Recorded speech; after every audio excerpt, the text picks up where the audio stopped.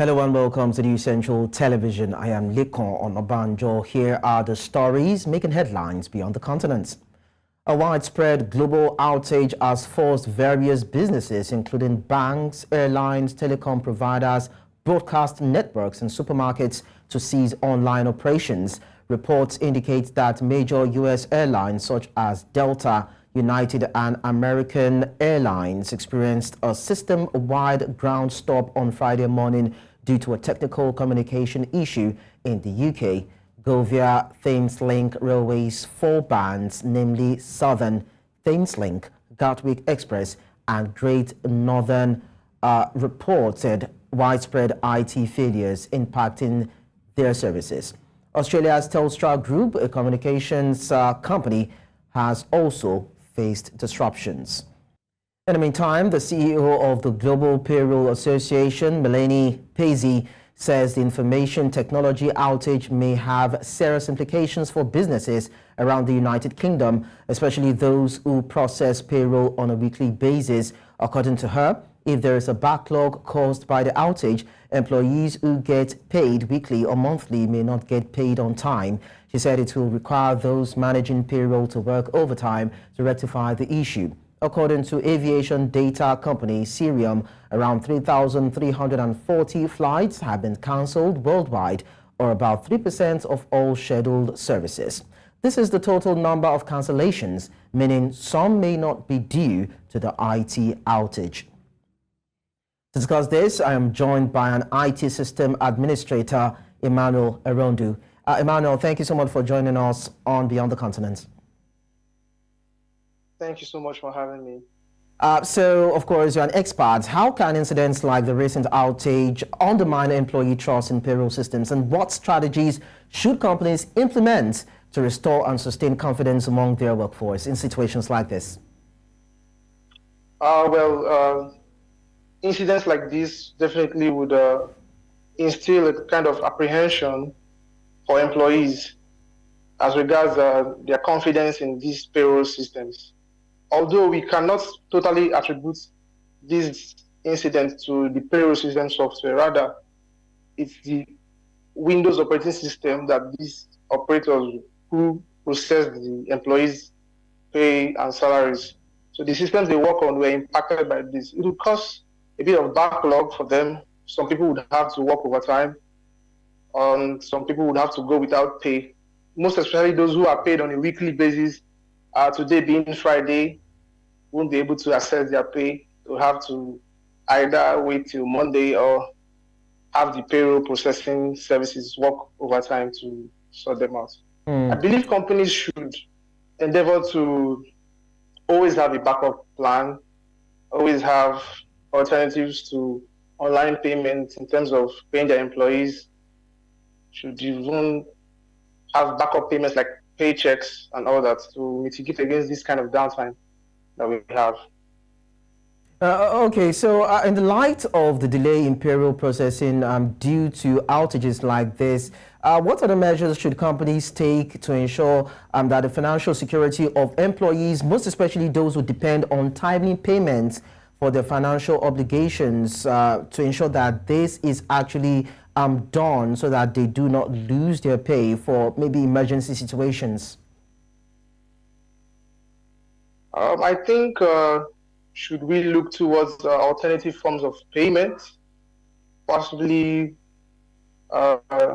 integrating crypto payments into their employee payment systems, or resorting to non-cash payments, because the only way to get out of this kind of fix is to pay cash directly, because as we speak, a lot of systems are not back online. And if this company depends on third parties for their payroll processing, there's really nothing they can do, because until a fix is deployed or the systems are rebooted, you can't process payments at all. So alternative forms of payment should be adopted as a backup in times like this, emergency situations, cash or checks.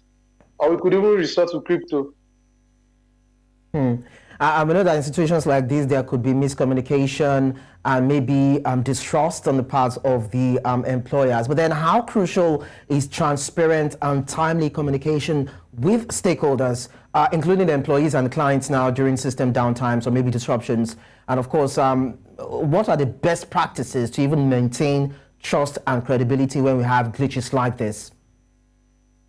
Okay, I believe early communication in terms of the impact assessment, the risk and extent of damage to services should be communicated down the line from those who are involved, service providers, down to the employees. We could appreciate a bit of the timely communication that was given by George, CEO of CrowdStrike. He really went online to give us updates on this issue and the work his team were doing to fix it and all. So that kind of allayed the fears, although it won't really do anything to thousands of billions of money that has been lost today, flights that have been cancelled. But at the end, the companies involved have a sort of information at hand on what happened and what is being done to fix it, when are we getting back online. So this instills a trust down to the employees that, okay, we're going to have this sorted. There's nothing happening to our salaries. We're going to eventually get paid. And this is an emergency, so there's nothing we can really do to solve it. We just have to wait till all systems are back online.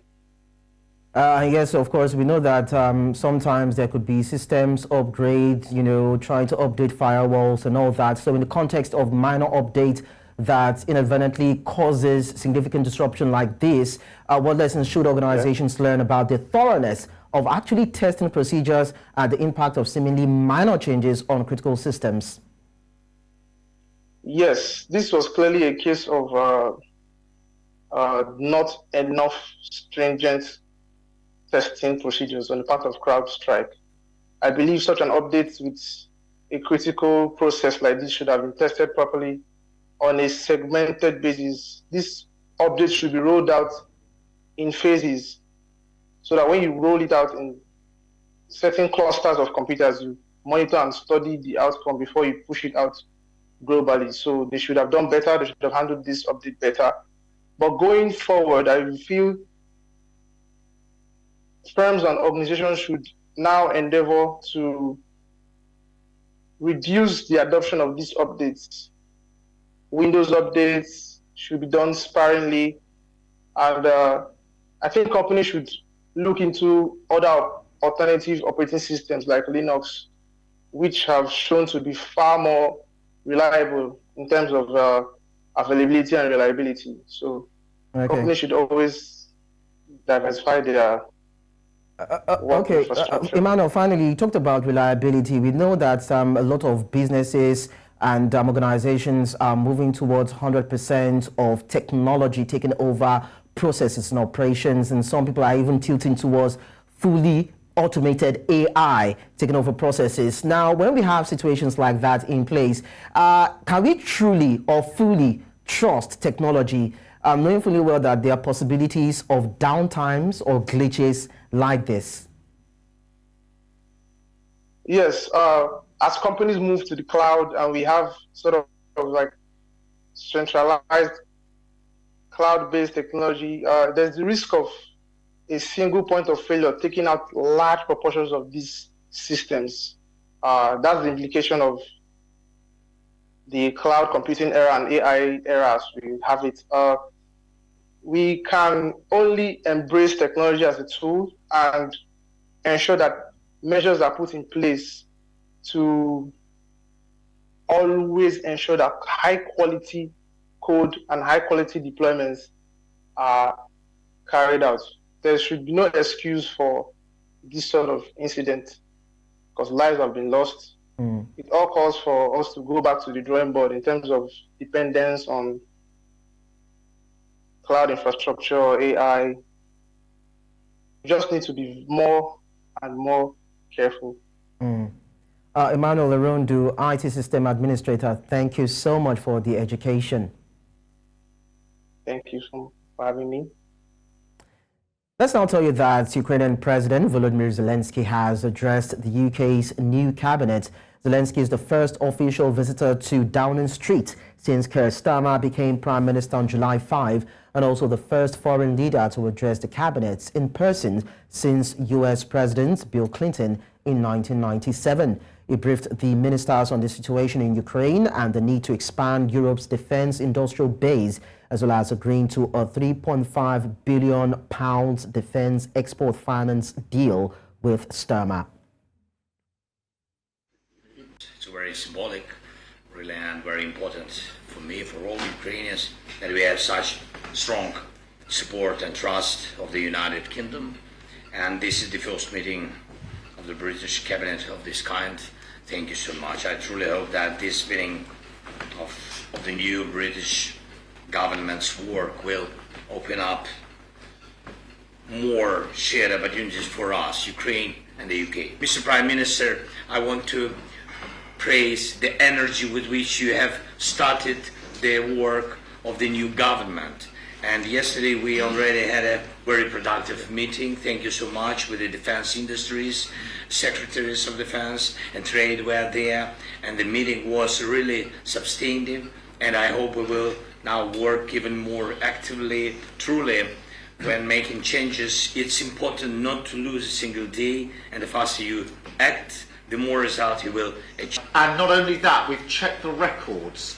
This is the first time this century that a foreign leader has addressed in person the cabinet in the United Kingdom. So you're very, very welcome to what for us is a very important. Meanwhile, Ukrainian President Volodymyr Zelensky has hailed the spirit of Winston Churchill at the opening session of the European Political Community meeting. The summit is being held in Blenheim Palace, the birthplace of Churchill, Britain's World War II leader. President Zelensky, seated next to British Prime Minister Keir Starmer, invoked the historic surroundings in his address, saying that bravery was Churchill's defining quality and had helped in winning the battle for Britain and, of course, for all Europe during the World War II. He then went further to say Europe will be a continent that neither surrenders nor sells itself to tyrants. The Sverdlovsk Regional Court in Yekaterinburg, Russia, has sentenced U.S. reporter Ivan Gershkovich to 16 years in jail after a speedy espionage trial behind closed doors. The White House has denounced by the trial, describing it as sham. The Wall Street Journal correspondent pleaded not guilty to the charges. Gershkovich was arrested in March 2023 in Yekaterinburg City, where his trial was held.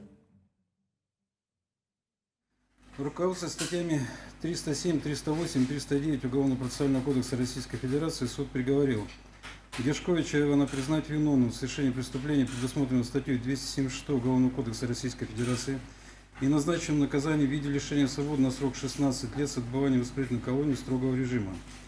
Срок отбывания Гершковичем наказания исчисляется со дня вступления приговора в законную силу. Зачитав срок наказания временного содержания его под стражей с 29 марта 2023 года до вступления приговора в законную силу, за расчет 1 день содержания под стражей за 1 день отбывания. Many thanks for staying with us. We take you to North America, where the United States President Joe Biden is facing renewed pressure to end his faltering re-election campaign after 2 more Democratic lawmakers joined calls for him to quit the race. Montana Senator John Tester has become the second senator to call on Biden to step aside, just over a week after Vermont Senator Peter Welch did so. Shortly after Tester's statement, California House Representative Jim Costa said in a statement that Biden should pass the torch to the next generation to carry on the legacy he started. The latest calls brings to 25 the number of congressional Democrats who have publicly called on Biden to drop out of the race. In the Middle East, British Foreign Office Minister Annalise Dodds says the new UK government has decided to resume funding for the UN Agency for Palestinian Refugees. The government, according to Dodds, has committed to providing £21 million in new funds. Although the UN agency oversees nearly all aid delivery in Gaza, it has been facing financial difficulties since international donors withdrew money in January over allegations made by Israel that certain employees were complicit in the war-starting October 7 attack by Hamas.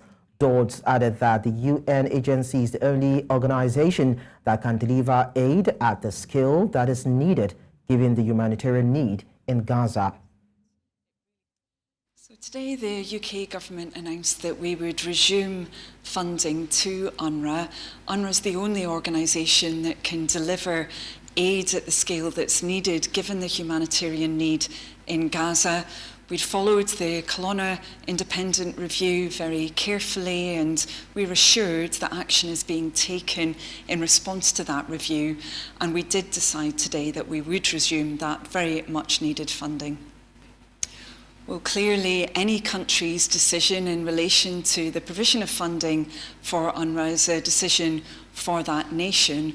We were clear as an incoming government that it really was important we resumed funding to UNRWA, and the UK today has made clear that we will be providing £21 million in support. That's going to be directly supporting food and shelter for 3 million people who are in need. So this government takes the rule of law very seriously indeed. Of course, we are looking carefully into these. In the meantime, U.S. Secretary of State Antony Blinken says ceasefire negotiations between Israel and Hamas are inside the 10-yard line and driving towards the goal line. He spoke on Friday at the Aspen Security Institute with NPR's Mary Louise Kelly.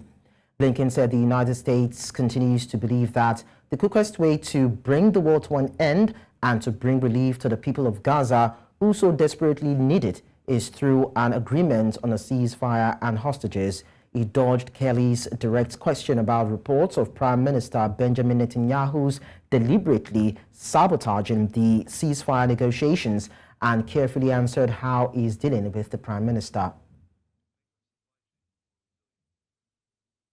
Now, the United Nations highest court is set to issue an advisory opinion on Friday on the legal ramifications of Israel's occupation of the Western Territories, weighing in on one of the world's most contentious issues at the request of the UN General Assembly. While advisory opinions of judges at the International Court of Justice are non-binding, they carry weight under international law, and a clear finding that the occupation is illegal could weaken support for Israel. The advisory opinion process predates the current Israel-Hamas conflict, and in a separate case brought by South Africa, the court in May issued a binding order for Israel to halt its Rafah offensive in the Gaza Strip. Israel strongly condemned the ruling. However, Israeli leaders have argued the territories are not occupied in legal terms because they are on disputed lands, but the United Nations and most of the international community regard it as Israeli-occupied territory. Let's also tell you that the World Health Organization on Friday confirmed that no case of polio has been detected in the Gaza Strip after the virus was found in sewage samples. Sewage now flows between the tents used by tens of thousands of displaced people across the besieged Palestinian territory. On Tuesday, WHO spokesman Christian Lindmeier said the Global Polio Laboratory Network isolated vaccine-derived poliovirus type 2 in 6 environmental surveillance samples collected on June 23. The Israeli Health Ministry also said it had made similar findings, most often spread through sewage and contaminated water.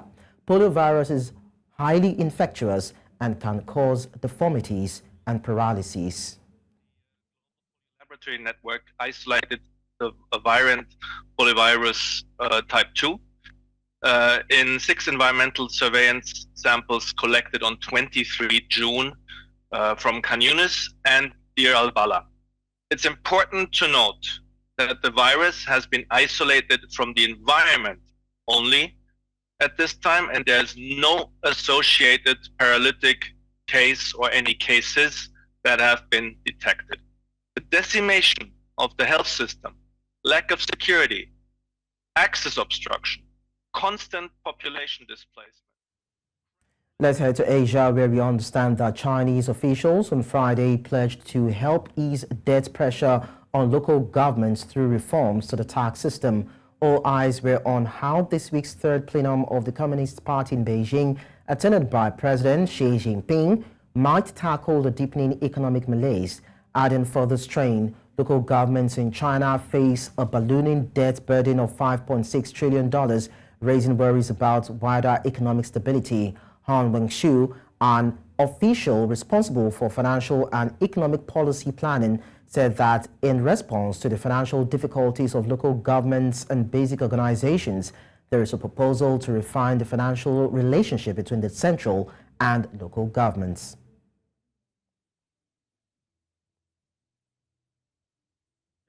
地方政府和基层财政困难，提出要完善中央和地方财政关系，增加地方自主财力，拓展地方税源，提升市县财力同事权相匹配程度，适当加强中央事权，提高中央财政支出比例。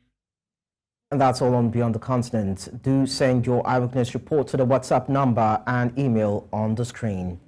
You can follow us on social media. We are at News Central TV.